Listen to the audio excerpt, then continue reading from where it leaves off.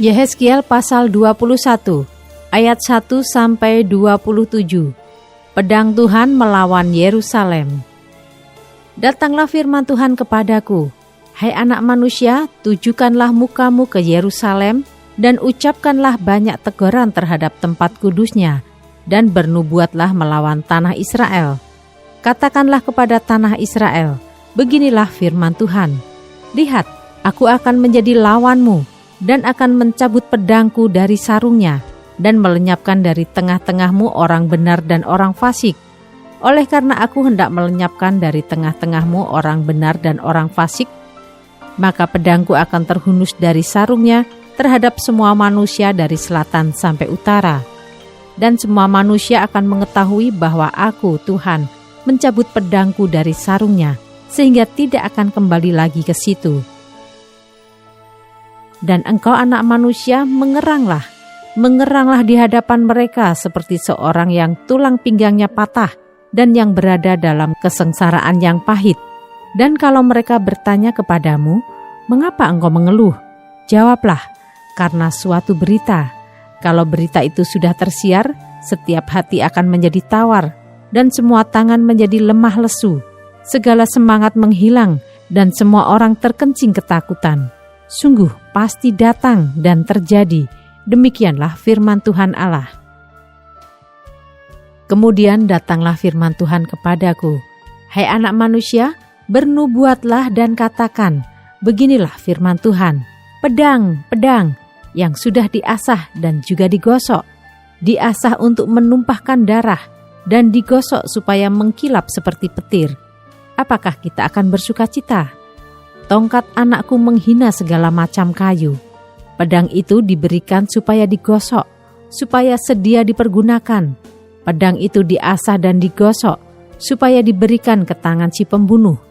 Berserulah dan merataplah, hai anak manusia, sebab pedang itu ditujukan melawan umatku, ditujukan melawan semua pemimpin Israel. Mereka dan umatku sama-sama dibiarkan dimakan pedang. Oleh sebab itu, tepuklah pinggangmu sebagai tanda perkabungan. Sebab percobaan datang dan tidak suatu pun yang dapat tahan. Demikianlah firman Tuhan Allah. Dan engkau anak manusia, bernubuatlah dan tepuklah tanganmu. Biarlah pedang itu menjadi 2 kali lipat, 3 kali lipat. Itu pedang pembunuh, pedang untuk pembunuhan besar-besaran yang berkeliling menghabiskan mereka, supaya hati mereka hancur dan yang jatuh berbahan bertambah-tambah di tiap pintu gerbang mereka. Aku memerintahkan penumpahan darah dengan pedang itu. Aduh, pedang itu dibuat menyamai petir dan digosok untuk menumpahkan darah. Pancung yang di kanan dan di kiri, kemana saja matamu menetak. Dan aku juga akan bertepuk tangan dan hatiku yang panas menjadi tenang kembali. Aku Tuhan yang mengatakannya. Lalu datanglah firman Tuhan kepadaku, hai engkau anak manusia, gambarlah 2 jalan yang akan dilalui oleh pedang Raja Babel. Keduanya mulai dari satu negeri. Buatlah sebuah papan penunjuk jalan pada awal jalan yang menuju ke masing-masing kota. Gambarlah dari jalan mana pedang itu datang melawan Raba, ibu kota Bani Amon, dan melawan Yehuda, yang bentengnya ada di Yerusalem. Sebab Raja Babel berdiri pada persimpangan jalan itu, pada awal kedua jalan itu untuk melakukan tenungan. Ia mengocok panah, meminta petunjuk dari terafim, dan menilik hati binatang. Ke dalam tangan kanannya terjatuh panah tenungan mengenai Yerusalem, supaya diperdengarkannya suara orang yang membunuh dan menyerukan pekik pertempuran, supaya menyusun alat-alat pendobrak pintu gerbang, dan menimbun tanah menjadi tembok pengepungan dan mendirikan benteng pengepungan. Tetapi bagi mereka, itu adalah tenungan yang menipu, walaupun mereka mengangkat sumpah yang muluk-muluk, tetapi ia mengingat kesalahan mereka, sehingga mereka ditangkap.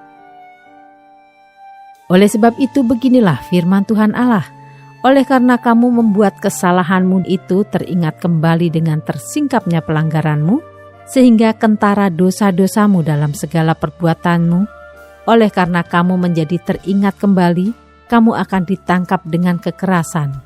Dan hai engkau Raja Israel, orang fasik yang durhaka, yang saatmu sudah tiba untuk penghakiman terakhir? Beginilah firman Tuhan Allah, jauhkanlah serbanmu dan buangkanlah mahkotamu. Tiada yang tetap seperti keadaannya sekarang. Yang rendah harus ditinggikan, yang tinggi harus direndahkan. Puing, puing, puing akan kujadikan dia. Ini pun tidak akan tetap, sampai ia datang yang berhak atasnya, dan kepadanya akan kuberikan itu.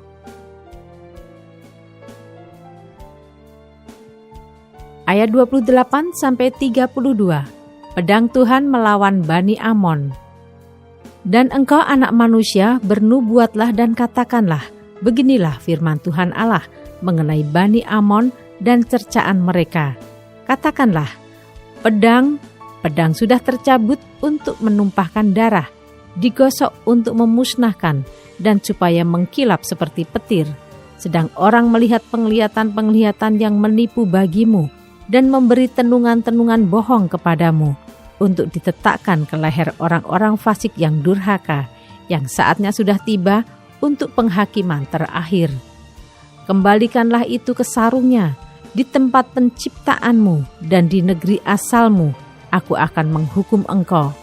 Aku akan mencurahkan geramku atasmu dan menyemburkan api murkaku kepadamu dan menyerahkan engkau ke dalam tangan orang-orang dungu yang menimbulkan kemusnahan. Engkau menjadi makanan api, darahmu akan tertumpah di tengah-tengah tanah itu, dan engkau tidak akan diingat-ingat lagi, sebab aku Tuhan yang mengatakannya.